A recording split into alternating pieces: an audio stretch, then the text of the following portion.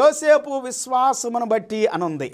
నా ఎముకలను తీసుకొని వెళ్ళండి మీరు ఐగుప్తు దేశములో నుండి వెళ్ళేటప్పుడు. అంటే ఐగుప్తు దేశములో నుండి ఇశ్రాయేలీలు కానాను దేశానికి వెళ్తారు, వాగ్దాన దేశానికి వెళ్తారు.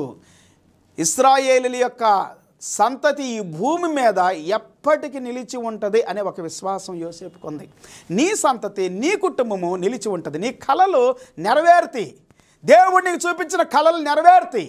ఇక్కడ కళ నెరవేరింది. అన్నదమ్ములు వచ్చారు, మొక్కుతూ ఉన్నారు. ఏమైపోయింది? అన్నదమ్ముల యొక్క అసూయ, ద్వేషము, పగ పట్టడం. యోసేపు నీతిమంతుడు పిల్లారా, యోసేపు యథార్థవంతుడు, పవిత్రుడు.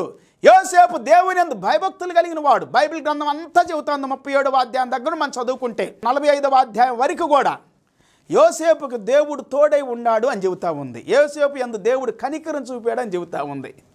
యోసేపు వర్ధిల్లుతున్నాడు. యోసేపు అంటే ఫలించే కొమ్మ,